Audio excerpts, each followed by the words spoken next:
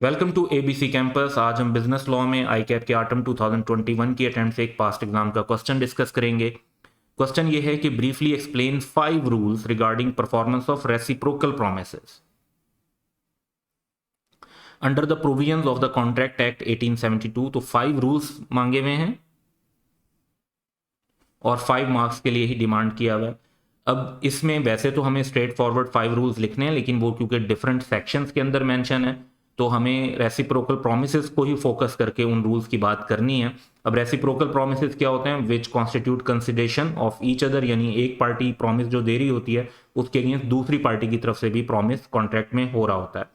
तो इसके mainly 5 rules ही हैं जो हम डिस्कस करेंगे। पहली बात तो ये कि जहां पे रेसिप्रोकल प्रोमिसेस ने सिमिल्टेनियसली परफॉर्म होना हो, यानी at the same time perform होना हो, तो प्रोमिसर को तब तक परफॉर्म करने की जरूरत नहीं है जब तक अनलेस दूसरी पार्टी यानी प्रोमिसी भी अपने हिस्से का जो रेसिप्रोकल प्रॉमिस है उसको परफॉर्म करने के लिए रेडी एंड विलिंग ना हो।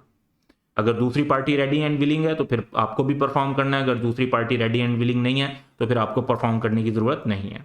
फिर ऑर्डर ऑफ परफॉर्मेंस अगर कॉन्ट्रैक्ट में एक्सप्रेसली फिक्स हो तो फिर उसी ऑर्डर में परफॉर्म करना चाहिए। जहां पे फिक्स्ड ना हो कॉन्ट्रैक्ट में तो परफॉर्म करना चाहिए according to nature of transaction. जैसे कुछ सिचुएशन में ये होता है कि पहले गुड्स डिलीवर होंगी और बाद में पेमेंट होगी। आप एक डाइन इन पे खाने के लिए जाते हैं तो पहले ऑब्वियसली पहले आपको खाना डिलीवर होगा और एंड में आप बिल की पेमेंट कर रहे होंगे। और जब आप टेक अवे के लिए जाते हैं तो आप पहले पैसे देते हैं।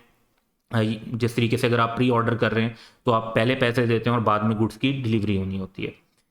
इसी तरीके से अब हम थर्ड रूल की तरफ चलते हैं। तो जहां पे प्रोमिसी परफॉर्मेंस को प्रिवेंट कर दे, यानी दूसरी पार्टी को परफॉर्म करने से रोक दे, तो जो कॉन्ट्रैक्ट है वो वाइडेबल बन जाता है उस पार्टी के ऑप्शन पे जिसको प्रिवेंट किया गया होता है, और वो कंपनसेशन क्लेम कर सकते हैं जो भी उन्हें नॉन परफॉर्मेंस की वजह से नुकसान हो। फिर ये कि effect of default of promise which should be perform first, जहां पे ऑर्डर फिक्स हो, जैसे ये ऑर्डर ऑफ परफॉर्मेंस डिस्कस किया था। तो एक प्रॉमिस पहले परफॉर्म होना था फिर दूसरा होना था, पहले वाला ही प्रॉमिस जो है वो परफॉर्म नहीं हुआ, उसमें डिफॉल्ट हो गया, तो फिर दूसरी जो पार्टी है उसको अपने हिस्से का प्रॉमिस परफॉर्म करने की जरूरत नहीं है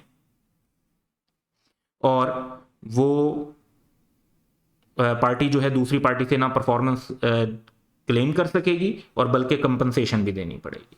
तो यानी जिस पार्टी के साथ डिफॉल्ट हो गया, जो एग्रीव पार्टी है, उसको अपने हिस्से का परफॉर्मेंस करने की जरूरत नहीं है और वो दूसरी पार्टी से नॉन परफॉर्मेंस की कंपनसेशन भी ले सकते हैं। फिर reciprocal promises to do legal and illegal things, इसमें जहां पर ऐसा प्रॉमिस हो जिसमें लीगल कुछ काम भी होने और इलीगल काम भी होने, तो जो लीगल वाला मैटर होगा वो कॉन्ट्रैक्ट होगा और जो इलीगल वाला होगा वो वॉइड एग्रीमेंट होगा। यानी जिस हद तक उसमें लीगल थिंग्स इन्वॉल्व होंगी उनको इन्फोर्स करवाया जा सकता है और उसमें जो इलीगल थिंग्स होंगी उनको इन्फोर्स नहीं करवाया जा सकता थ्रू कोर्ट्स। तो ये 5 रूल्स हमें मेंशन करने हैं for 5 marks and that's all for today. Have a good day.